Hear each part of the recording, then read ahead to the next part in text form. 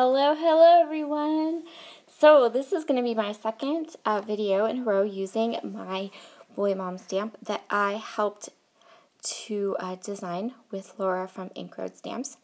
And today we are going to use the stars.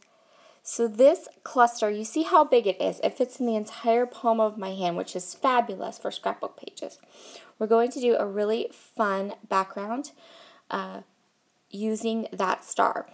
So let me just start by saying stars are like the boy mom's best friend, right? And I cannot be the only person who thinks that there are not enough stars that occur in scrapbook collections. So you get a pack of die cuts, right? And there's like all these sayings and all these things, and then there's like 5 stars. And you know, stars are a really great neutral just motif for boy pages, right? Am I right? Come on, where my boy moms at? You know I'm right. So the fact that this collection has a nice big star stamp is like perfect. So what I'm going to do is I'm going to use my Tim Holtz stamp platform, and I am going to stamp an entire background using this nice large star stamp. I'm going to stamp most of these twice, and for the technique we're going to use today, 2 things. You need some really nice heavy duty watercolor paper. This is watercolor paper that I am stamping on. It's nice, thick, heavy, really good quality watercolor paper. I get mine at Amazon. If you have any questions about it, I can, you can send me a private message. I can link you up. No big deal. Look, guys, you can cut stamps. You totally can cut stamps.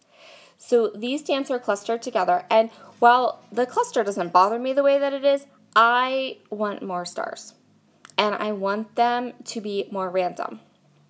So I am cutting my stamp up. And as I continue with this background, I'm going to use it separately, and then I'm going to piece it back together, and I'm going to put the whole thing on, and yeah. So I'm just going to continue to stamp. I am using Ultinew permanent ink, which is super important for this technique.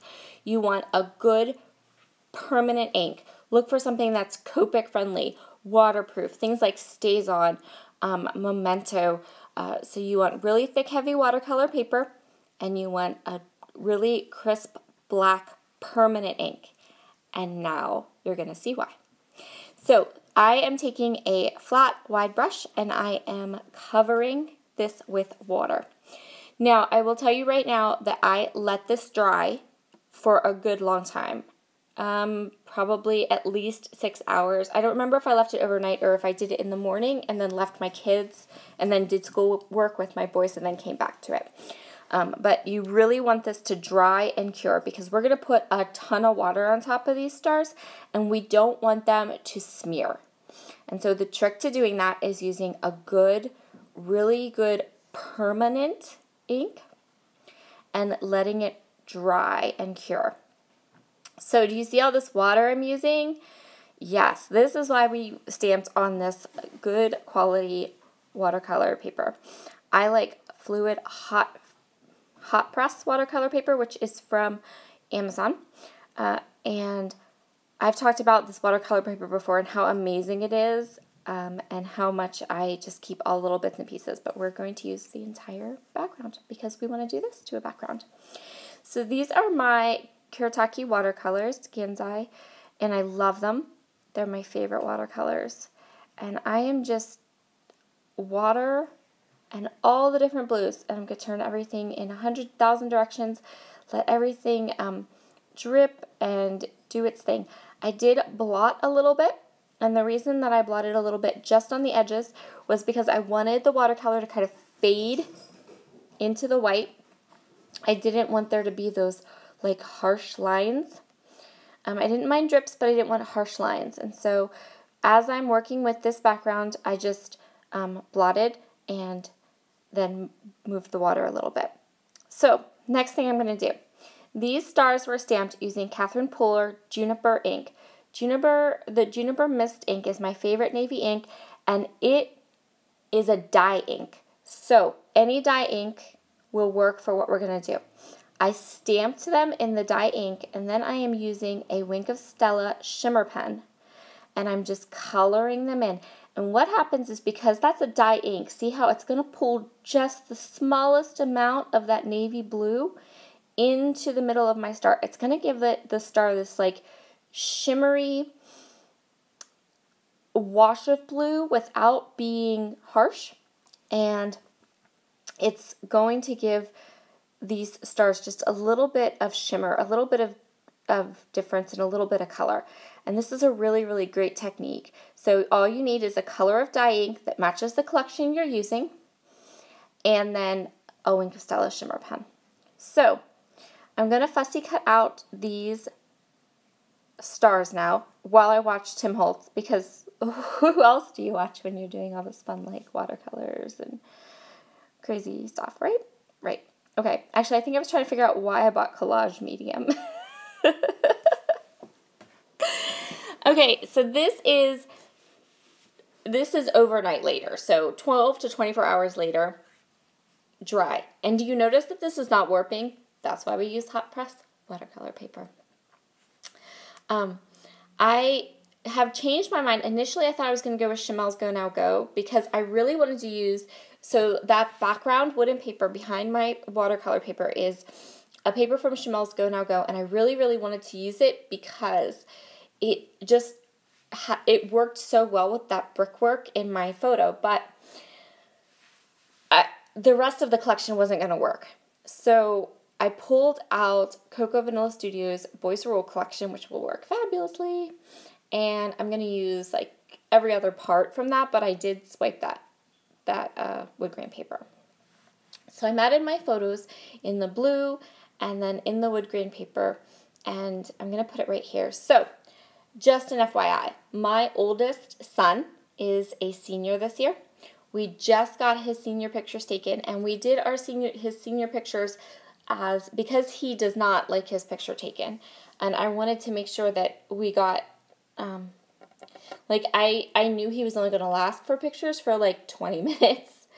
So instead of doing a whole like regular senior picture, kind of huge photo thing, my photographer, who knows my child and is super amazing, did a kind of senior picture / family picture type thing. Anyway, I got every single one of those pictures developed.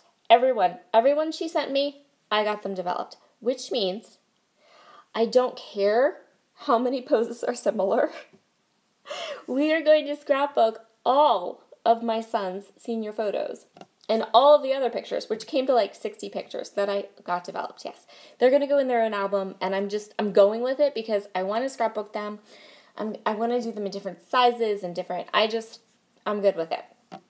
And so, and it's his senior pictures. Like, this is it, right? Like, I felt like this is it. So I want to get all these pictures together. I'm sure we'll still do family pictures, and he is not leaving home anytime soon. But all right, so fussy cut those little navy blue stars, and now we are going to make our stamped background pop. So I'm taking those stars that I fussy cut, the ones that have the shimmer Wink of Stella pen on them. I'm going to put a little bit of foam tape behind them, and because it's the same stamp, I can layer the stamped image on top of different parts of my background, and all of a sudden that background just pops, because you have those little bits and pieces of the stamp background that are now popped up, and they have become back to the front, right? So we're getting those stars in there. I pulled a couple of stars from the Cocoa Vanilla Studio collection, but again, see how many stars I wanted on my layout? And there were 3 die cuts.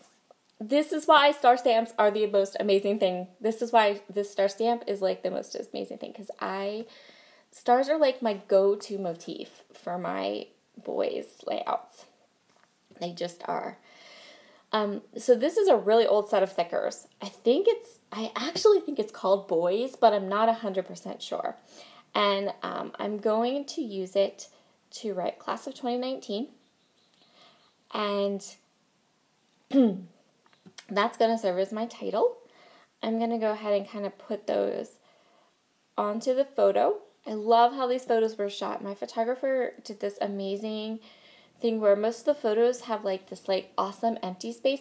Also, my photographer is a scrapbooker, so like she gets that I'm going to scrapbook all these, which is amazing. So they're really done, the photos are really done well. So here is that wooden paper. I cut 2 strips of it. It's a little bit more than an inch. They're like 1.5 inches, maybe 1.75 inches wide. I don't think I went 2 inches, but I think they're like just under 2 inches wide. And this is that wood like slap paper from the Go Now Go collection. And I'm going to go ahead and adhere it underneath, and then I'm going to rip the edges of the paper to get that nice wood grain kind of peeking through at both ends.